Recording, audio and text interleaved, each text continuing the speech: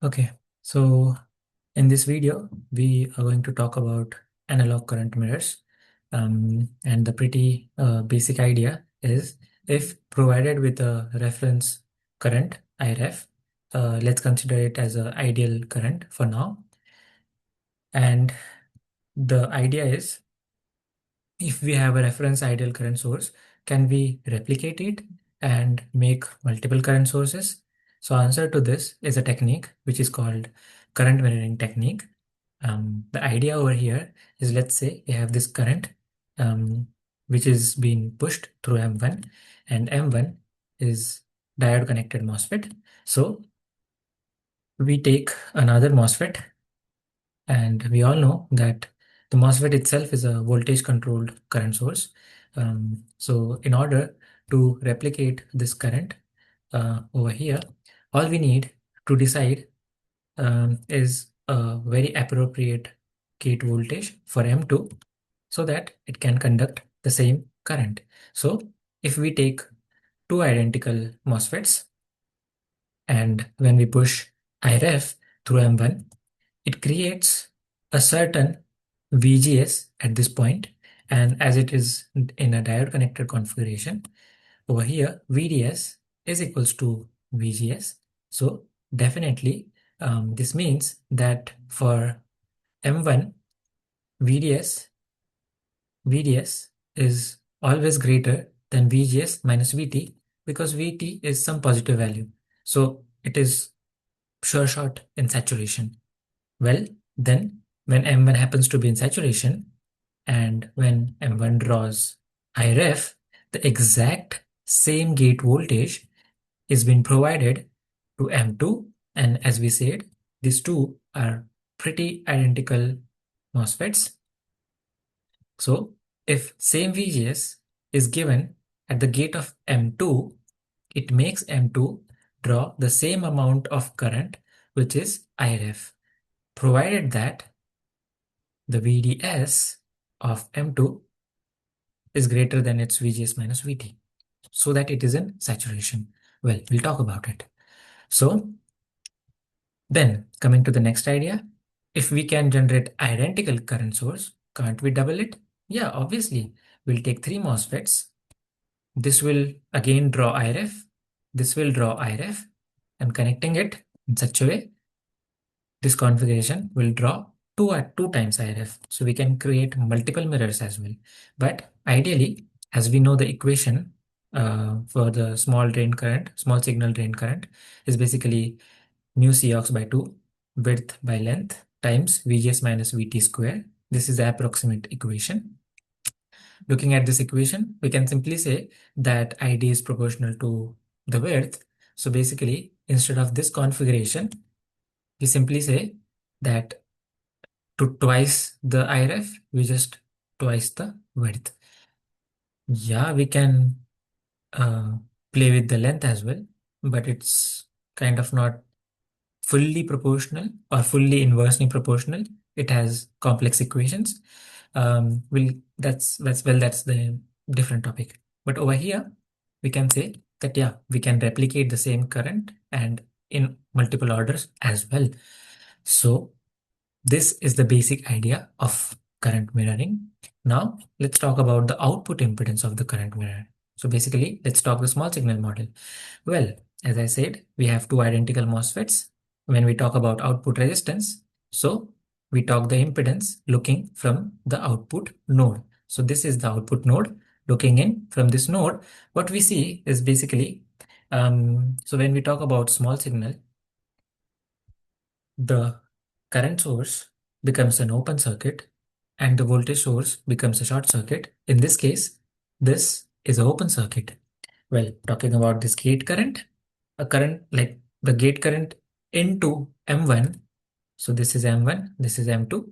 So the gate current into M1 is basically zero because ideally no current passes through the gate. So effectively, this entire complete node is effectively acting like a ground. So ideally, this circuit boils down like this, talking about M2. And then when we transfer it into small signal, we have GDS, we have GM, we also have GMB, but the body and the source is connected to the same voltage over here. So that can be neglected in theory. So talking about this R2, all we can see is there is no VG, no VGS. So um, so this factor will be neglected. All we have is RDS. So in simple basic current mirror, R out is nothing but almost equal to RDS. Talking about the output swing, this is our output node, and in order to make our current mirror work, we always need to keep this MOSFET in saturation region. So this voltage over here, which is VDS of M2, as M1 and M2 are identical, so I'm not using VDS1, VDS2, but simply VDS. So the VDS, which is basically VDD minus the drop over here, which is IRL. So VDD minus IRL is the VDS, should be always greater than VGS minus VT.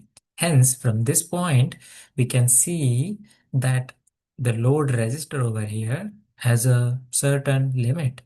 Well, when we'll jump into complex current mirrors, we'll discuss that. But as of now, the swing limit over here is basically it should be greater than VGS minus VT and less than VDD, obviously. It's obvious thing. Okay, now let's simulate this. So on the screen, you can see a perfect test bench. I am using Xschem for the schematic, and I am using the foundry, which is IHP SG13G2 130 nanometer process. And these devices are provided by the foundry. So this is a current mirroring schematic. And we have a pretty good NgSpice support for the simulation. And then when we simulate for the AC and DC analysis, we get to know certain graph which pretty much behaves the way we intended. But now let's extract the exact simulation values.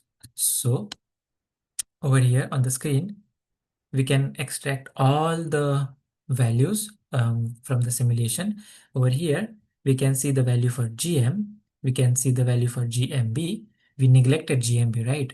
But in simulation, when we work with real foundry, there is a presence of GMB. I'll tell you why. We also have GDS over here. And from this GDS value, we can do some hand calculations. So the hand calculations goes this way. So we take the value of GDS and GM from here. So we have a GM, we have GMB and GDS from the simulation. And we said that R out is approximately RDS, which is 1 upon GDS. Taking this value, we come across this value over here. This is the hand calculation. But our simulation gives us the R out over here of this value. So if we take this value from the simulation, it's this value, which is somewhat deviated from this value. It's almost the same, but somewhat deviated. So why is it deviated, and which is the very accurate one? Well, while doing theoretical small signal analysis, we did some assumptions, but the simulated value is more accurate because in hand calculations, we did not consider effects such as channel length modulation, body effect, the mobility effect, short length, short channel effects, etc. So this was about the basics of current mirrors.